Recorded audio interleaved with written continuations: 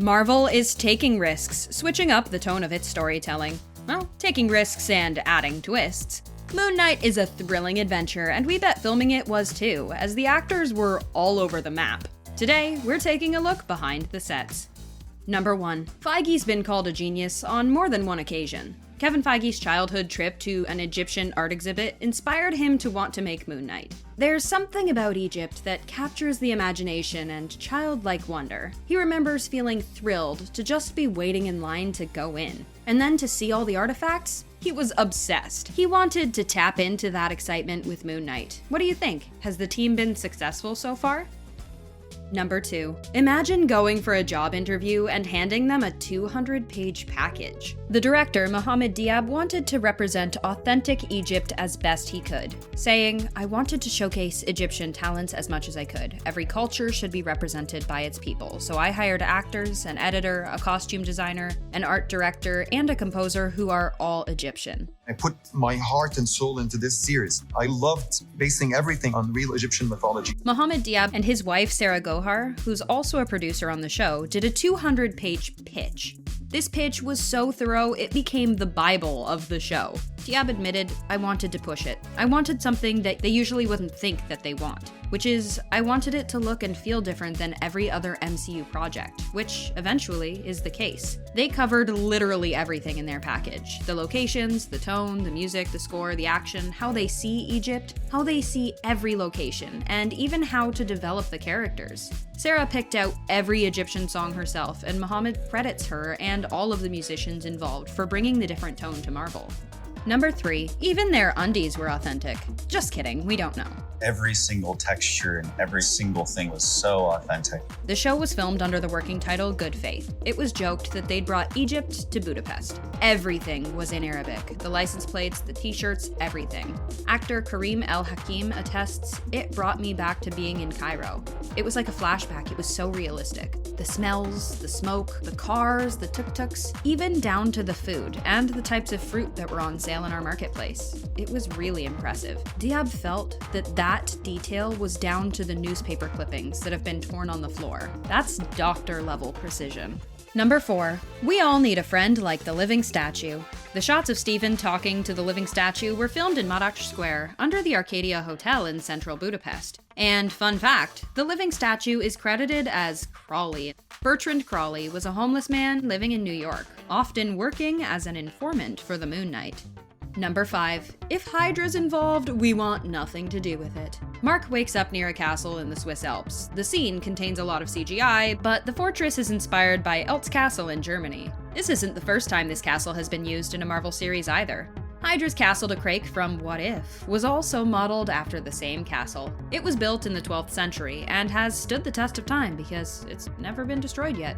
Shouldn't say yet. Number 6. What do Moon Knight and Shadow and Bone have in common? This place, apparently. The village was filmed in the charming town of Szentendre, a few miles away, north of Budapest. It is a beautiful little city with narrow alleys, cobblestone streets, and pastel-colored buildings. Number 7. Hey look, it's England. We remember that place from Spider-Man Far From Home. The exterior shots of England weren't actually shot in England. Making parts of the city look like London required very careful planning. Because, for one thing, the streets run the opposite way in Budapest. The team had to add cars, signs, a British red bus, because we all know it isn't London without a double-decker bus, and a ton of taxis. The good news was there is plenty of neoclassical architecture that worked as the London backdrop, and Mark Spector lives roughly in the Brixton area of London. The set exterior of his flat is located in downtown Budapest, near Elizabeth Square. Number 8. The design team needs high praise for this detail. Stephen's apartment was designed to give the idea that he lived in an attic to reflect the pyramids. His apartment has a ton of books, historical artifacts, and maps. Books divide the open space, and his bed is under the loft, like he's in a tomb.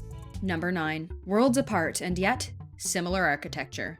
Mark works at the British Museum in London, home to one of the largest collections of ancient Egypt objects outside its own country. The exterior wasn't actually filmed in England, though, and instead at another museum with a similar exterior, the Museum of Fine Arts in Budapest Heroes Square. And both museums are home to a permanent ancient Egyptian art exhibit. The geography in their filming is just a bit all over the place, and odds are Steven wouldn't be traveling by bus from his flat to his work, more likely by tube. Number 10. From the artifacts to the artifacts in the gift shop. The entire Egyptian exhibit interior hall was created from scratch on a studio set. A team of sculptors from Hungary and Italy built all the Egyptian statues and columns. The interior of the museum took months to build as well. Number 11. You know the road we're talking about. The thrilling car chase scene on the twisty road was filmed in Osanica in southern Slovenia. The road is named Bear's Guts and has about 20 hairpin turns. If you would love to take a skateboard down that thing, turns out you can. It hosts a skateboarding race called Red Bull No Paws Down, but be careful, it's one of the most difficult in the world. Number 12. The restaurant staff were just as excited as those guys in Lady and the Tramp, going all out with the setup and everything. The set designers dressed up the restaurant where Steven is stood up by his date. Or rather, where he stood her up. It was designed to look like Soho. This beautiful red curved bar is the Troger Gastro Bistro in Budapest. Number 13. This is the hottest place on the list of places to shoot. Every movie has shot here. Did you think we meant the weather? A little fun fact for you, Wadi Rum in Jordan is also known as the Valley of the Moon. This desert location is linked to the power of Khonshu. Many other films have been shot in the area. 2 others, Oscar Isaac was a part of too, including Star Wars: The Rise of Skywalker, Rogue One, A Star Wars Story, the live-action remake of Aladdin, Lawrence of Arabia, and Dune. Isaac said, "If anyone would have told me in the span of 4 years I'd be going to do 3 different projects in the Wadi Rum desert, I would have never believed them." That's fair. It's a weird thing to tell somebody. It must be a nice place to be if Disney's gone back so much. Some of the roads are named after the Star Wars shot there too. And some of the scenes in Cairo and the desert were filmed in Jordan. The Wadi Rum Nature Preserve is popular for a good reason. It has some of the world's most outstanding desert landscapes. Number 14. This castle is a replica, but it wasn't made by the studio. Built in 1896 in Budapest to celebrate the Hungarian conquest of the Carpathians and Transylvania in 895.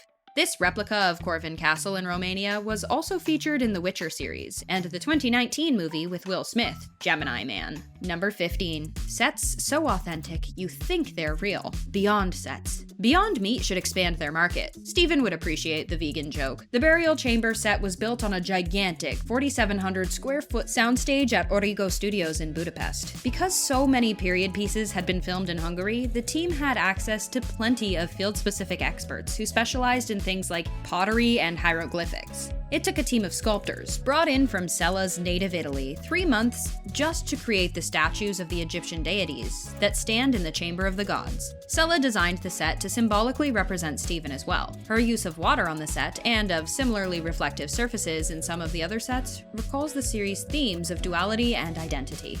Marvel is changing the landscape of TV, and we can't complain about that one bit. The first couple episodes of Moon Knight have given us some beautiful shots and incredible storytelling. If you could visit any of these locations, which one would you choose? Let us know your thoughts in the comments, and thanks for hanging out with us here at The Things.